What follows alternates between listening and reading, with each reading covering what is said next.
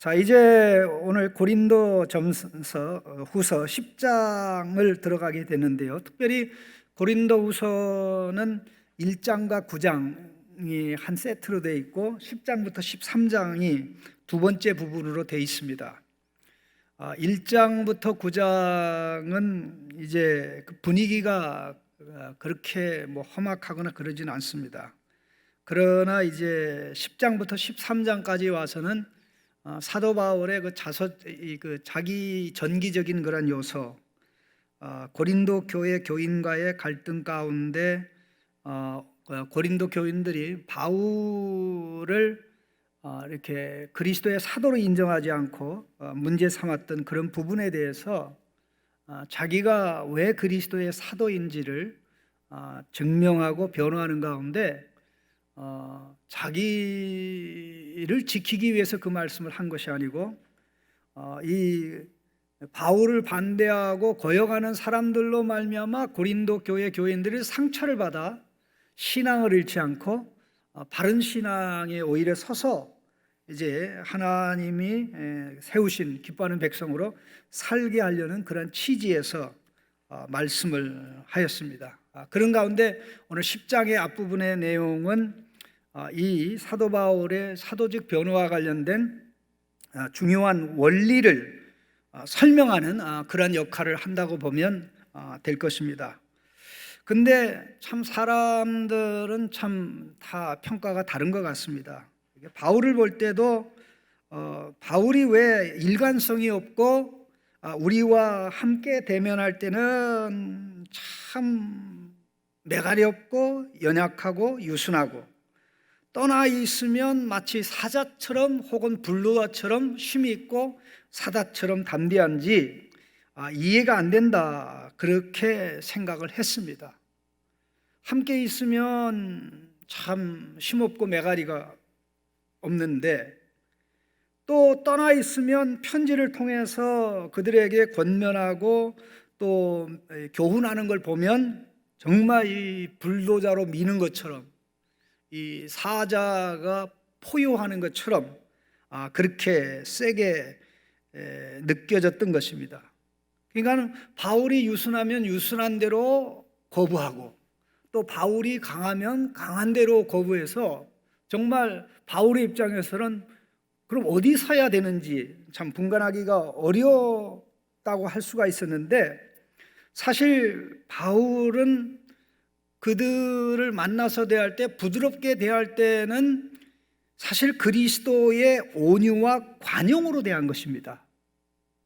그러니까 바울이 그렇게 처신하는 이유가 그 예수님의 부드러움, 나는 마음이 온유하고 겸손하니 너희는 내 멍에를 메고 배우라 그러하면 힘을 얻으리라 하는 그 예수님의 말씀. 마태복음 12장에 보면 예수님께서 그 메시아의 사역을 설명하면서 그가 떠들지 아니하며 그 소리가 길가에 들리지 아니하며 상한 갈대를 꺾지 않고 꺼져가는 등불을 끄지 않는 그리스도로서 메시아로서 예수님 자신을 소개를 했거든요. 그걸 보면 참 연약하고 또 힘없이 보일 수밖에 없죠.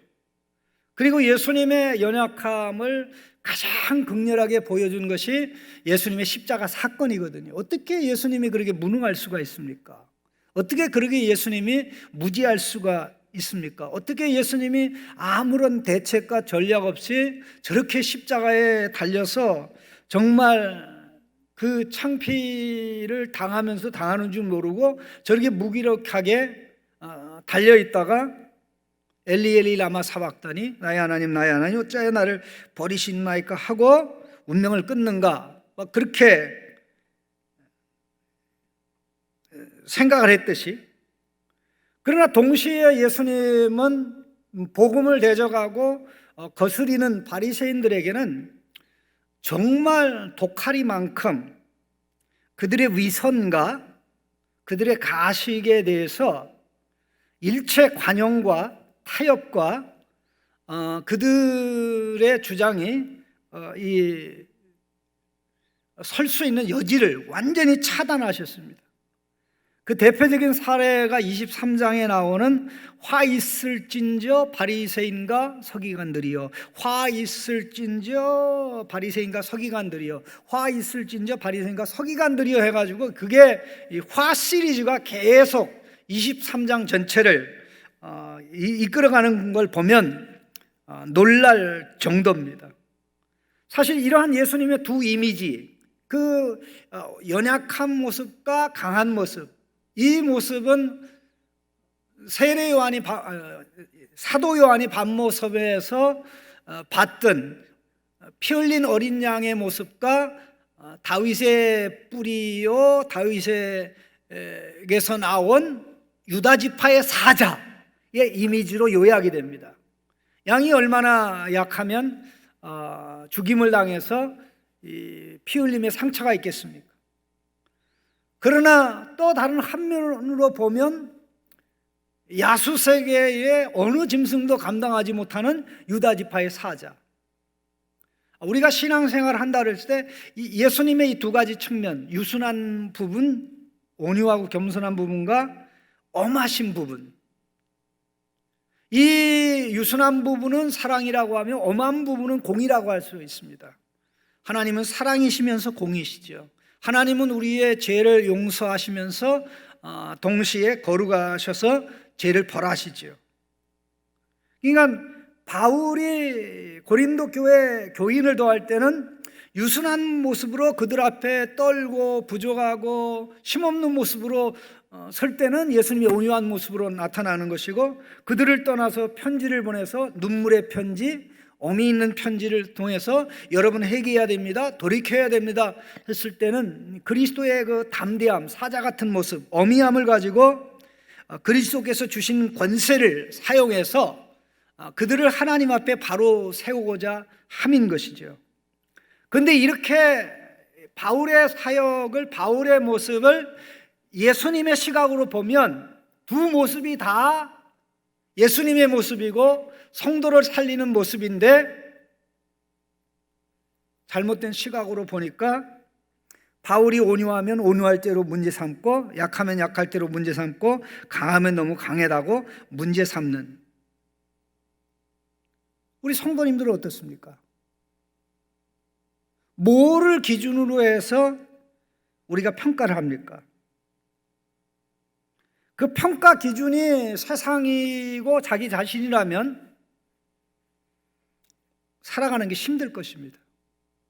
그러나 그 평가 기준이 예수 그리스도이고 그리스도의 말씀이라면 오히려 힘내어 살아갈 수 있고, 어떤 상황에서도 하나님이 주시는 유익을 얻을 수 있는 줄로 믿습니다.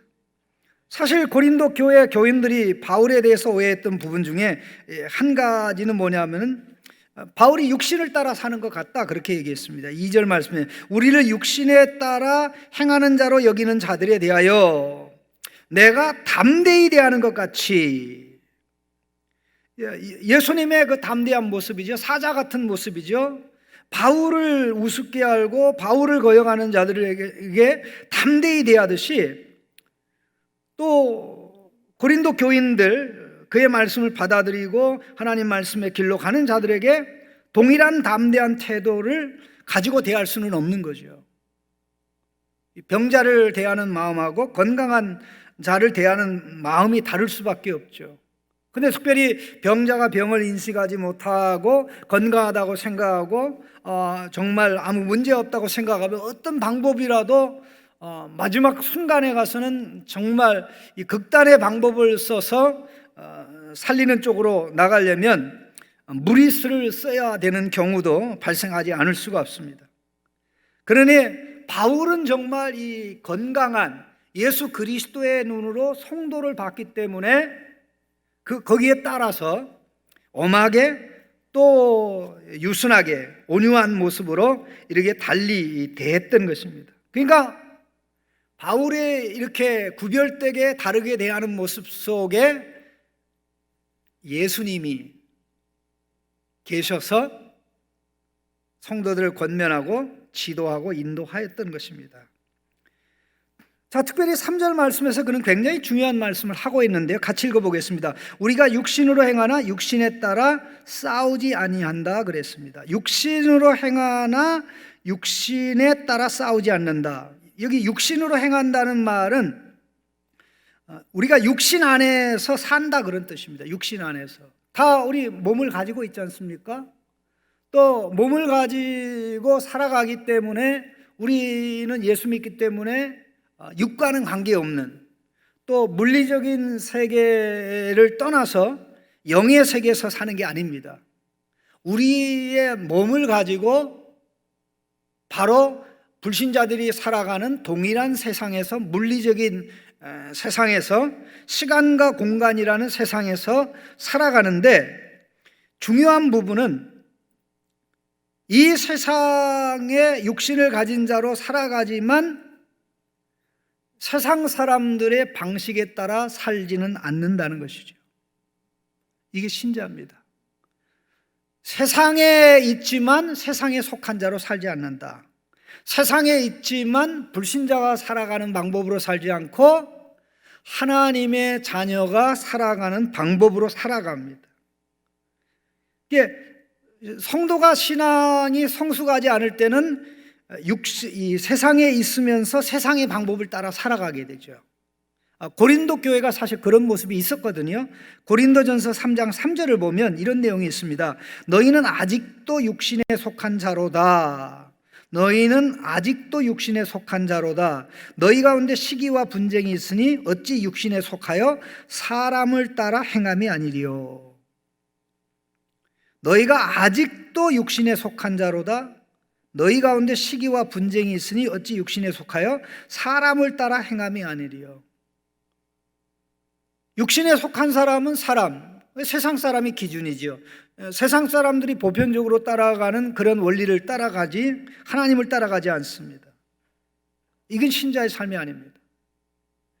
우리는 이미 복음서에서 예수님이 육신의 한계에 대해서, 육신이라고 할 때 이거는 아담의 죄를 물려받은 인간 전체의 모습을 두고 얘기합니다. 그 대표적인 것 중에 하나가 육은 육이라고 그랬습니다. 육은 육이요 영은 영이니 그랬습니다. 예수님이 그런 말씀하셨죠. 육으로 난 것은 육이요 영으로 난 것은 영이니.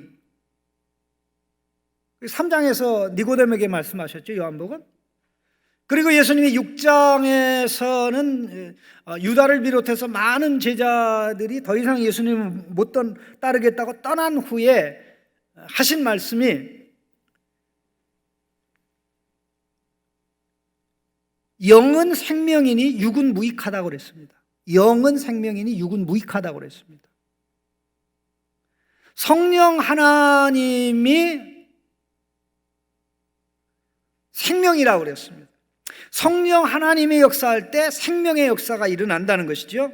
그것이 생명의 탄생이든 생명의 성장이든 성숙이든 어쨌든 생명과 관련된 역사가 성령을 통해 일어납니다. 그런데 육은 무익하다. 혈통으로나 사람의 뜻으로나 육종으로 낳지 않고 1장 12절 13절에서 예수님이 말씀한 거죠. 그러니까 인간의 최고 것, 인간이 자랑할 수 있는 가장 위대한 것, 그것이 교육일 수도 있고 교양일 수도 있고 이 가문의 배경, 혈통일 수도 있고 그랬습니다. 그런데 그런 것들은 죄에 속한 것이고 죄는 사단의 지배하에 있는 것이기 때문에 거기에는 소망이 없습니다. 종속과 멸망밖에 없습니다. 거기서 건져내서 이제 육신의 방식이 아닌 하나님의 방식, 그래서 육신을 따라 살아가는 우리가 아니라 성령을 따라 살아가는 우리죠. 예수 믿기 전에 우리는 육신 안에 있었습니다. 그러나 이제는 성령 아래 있기 때문에 성령을 따라 살아가게 되는데, 이때 우리가 사용하는 무기가 무엇이냐 이 말이죠. 무기가 무엇이냐는 것을 4절 말씀이 설명합니다. 우리 같이 읽겠습니다. 우리의 싸우는 무기는 육신에 속한 것이 아니요 오직 어떤 견고한 진도 무너뜨리는 하나님의 능력이라. 모든 이론을 무너뜨리며 5절에 하나님을 아는 것을 대적하여 높아진 것을 다 무너뜨리고 모든 생각을 사로잡아 그리스도에게 복종하게 하니, 이렇게 말씀했습니다. 자, 바로 3절에 왜 육신 안에 있지만 세상 방식대로 세상 기준대로 살아가지 않느냐, 그 이유가 4절에 나오는데, 우리가 사용하는, 싸울 때, 영적인 전투를 할 때 사용하는 무기가 육신적인 무기가 아니기 때문입니다. 육신적인 무기, 조금 전에 말씀드린 그런 세상의 원리, 원칙, 기준, 고린도 교회에게는 이 육신적인 원리, 육신적인 무기라고 그럴 때 제1번 타자가 지혜입니다. 1번 타자가 지혜입니다. 그리고 바로 그 지혜를 표현하는 수사학이라는 이 말로 사람을 혹하게 하는 기술입니다. 지혜와 이 말로 사람 혹하게 하는 기술, 그러니까 지혜와 말의 아름다운 것이라고 바울이 바로 고린도전서 2장 3절에서 말씀했습니다. 그러니까 그런 얘기를 하면 아주 혹하죠, 사람들이. 그런데 놀라운 사실은 그런 것들이 사람을 살리지를 못합니다. 사람을 사탄의 나라에서 건져내지를 못합니다. 사탄의 올무와 덫에서 건져내요 자유와 기쁨을 가지고 신나게 살아가게 하지를 못합니다. 그래서 바울은 우리가 영적 싸움을 할 때 사용하는 무기들은 육신적인 무기, 세상적인 무기, 세상의 지혜, 세상의 능력, 세상의 지혜와 능력이 한 것 중에 바울이 가장 비참한 사건으로 소개하는 게 예수님의 십자가 사건입니다. 세상의 지혜는 예수님을 십자가에 달았습니다. 세상의 능력은 예수님을 십자가에 달았습니다. 세상의 능력과 지혜가 예수님을 십자가에 달았기 때문에 그 세상의 지혜가 볼 때는 예수님의 십자가는 무지와 어리석음이 그거예요. 예수님의 십자가는 무능 자체이죠. 참 이런 역설이 없습니다. 이런 역설이 없습니다. 이런 역설이 없습니다. 그런데 사도 바울은 우리의 무기는 하나님의 능력이라고 그랬습니다. 하나님의 능력. 여기 우리말에는 하나님의 능력으로 되어 있는데, 이 우리의 무기는 하나님께서 보실 때 능한 것이요, 그런 뜻입니다. 아멘. 우리의 무기는 하나님이 보실 때 얼마이리 전능한 능력 있는 것이요, 파워풀. 우리가 사용하는 영적인 무기는 능력이 있는 것이요. 그러니까 하나님이 보실 때 능력이 있는데 사람이 볼 때 능력이 없다, 그런 얘기죠. 그럼 바울이 사용하는 영적인 무기가 뭘까요? 바울이 체험한 하나님의 능력을, 또 고린도 교회 교인들이 하나님의 능력을 체험하는 무기가 무엇일까요? 예수 그리스도에서 찬란하게 빛나는 하나님의 영광이죠. 그 예수 그리스도의 얼굴에서 찬란하게 빛나는 하나님의 영광을 우리는 뭐라 그러니까 복음이라고 합니다. 구원의 복음.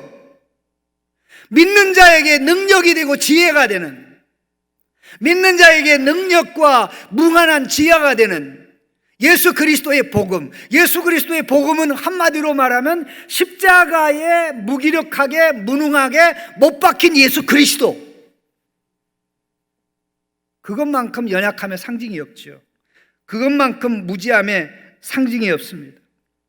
그런데 놀라웠게도 바울이 예수 그리스도, 십자가에 달린 예수 그리스도를 세상의 방식, 세상의 지혜, 아까 세상의 현란한 지혜와 수사하게 그 궤변 같은 것을 사용하지 않고 성령의 능력과 나타남으로 선포한다 그랬습니다.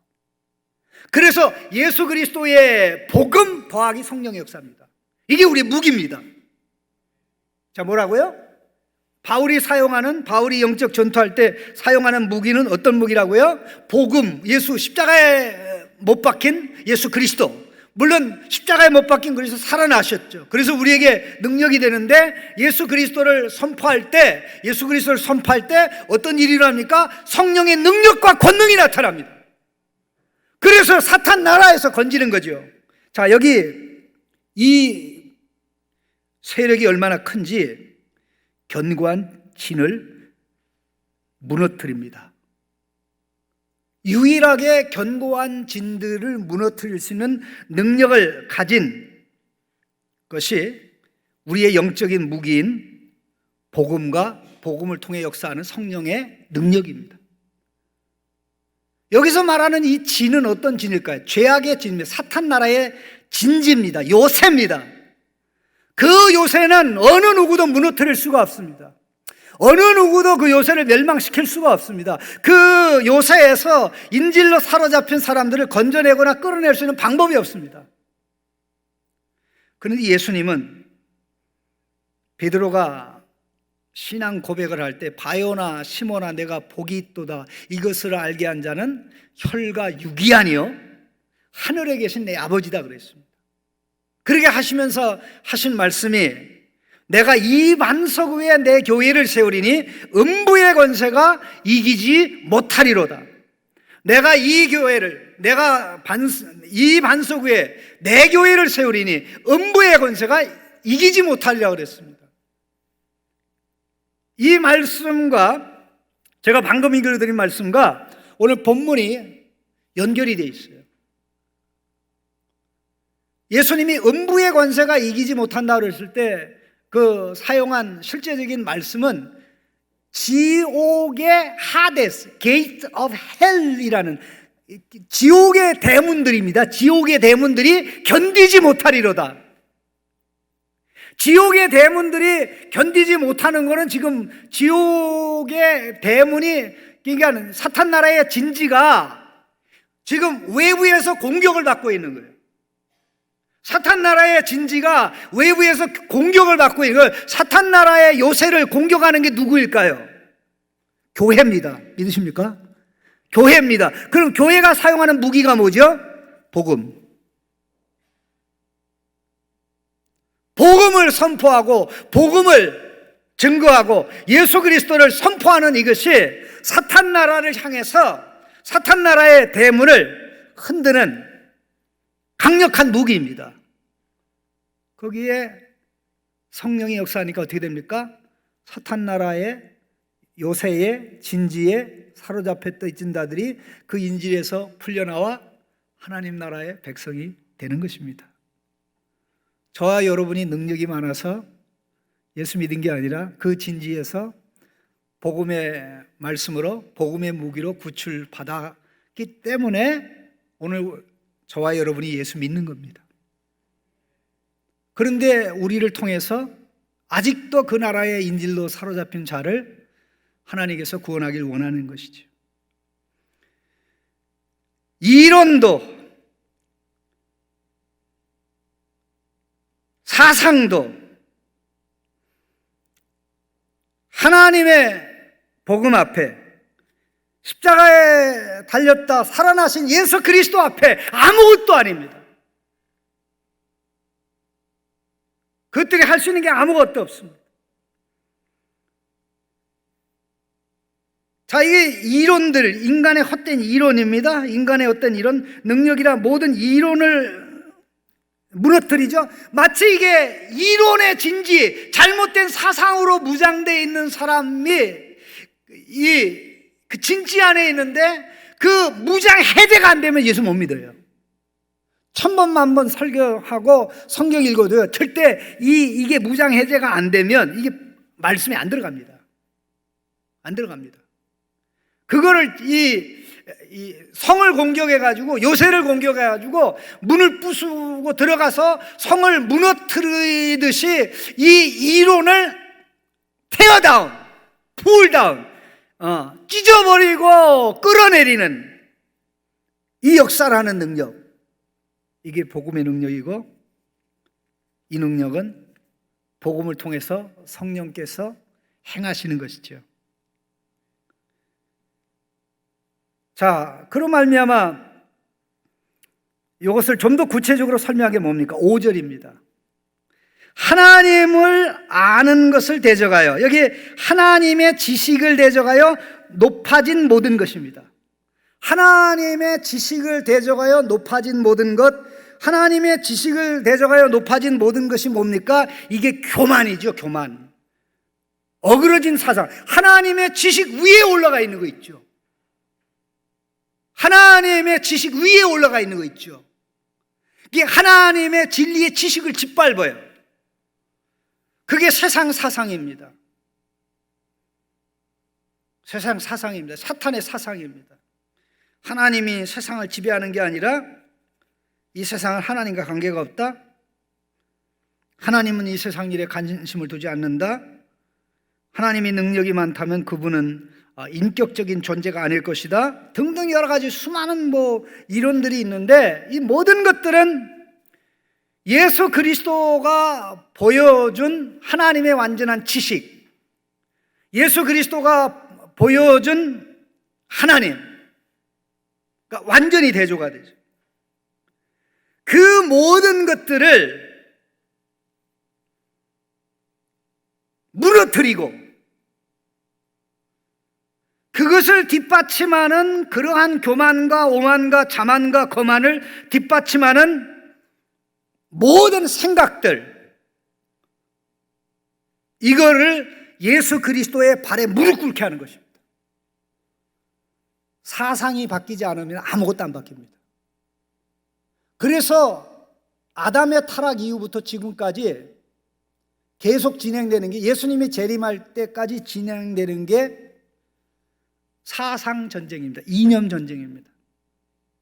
우리 대한민국에서는 그냥 우리가 색깔론이라고 얘기하는데, 그런 색깔론이 아니고 하나님의 진리 사상과 반진리 사상이 계속 싸우는 거죠.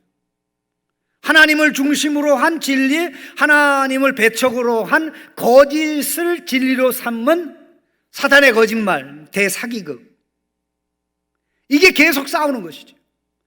그런데 그 사탄의 잘못된 사상에 사로잡혀 있는 사람은 복음의 영광이, 광채가 아무리 비춰도 그거는 어둠일 뿐이고 아무런 도움이 되지 않습니다.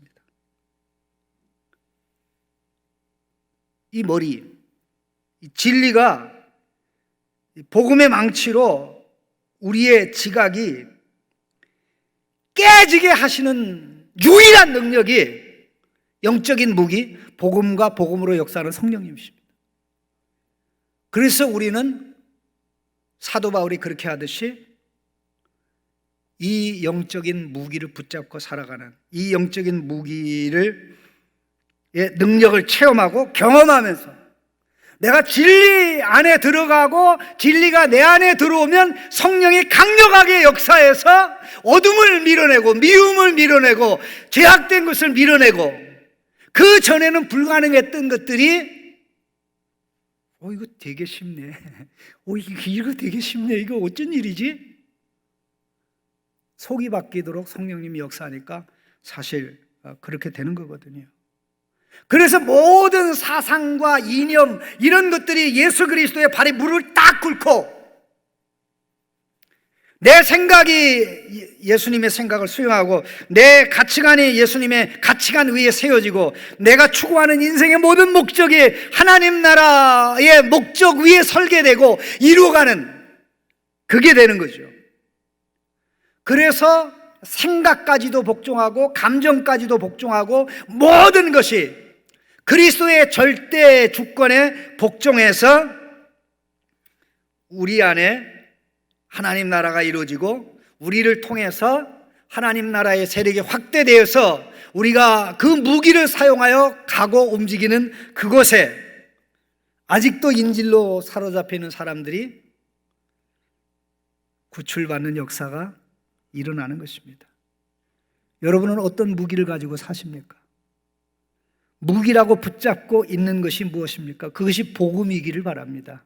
그 복음의 말씀을 통해 역사하는 복음의 말씀 플러스 성령, 복음의 말씀 플러스 성령의 능력, 복음의 말씀 플러스 성령의 나타남, 복음의 말씀 플러스 성령의 확신, 이 두 가지로 사도 바울은 무장해서 나갔고, 그러한 무장을 평생 하고 사셨던 분이 우리 주 예수 그리스도이십니다.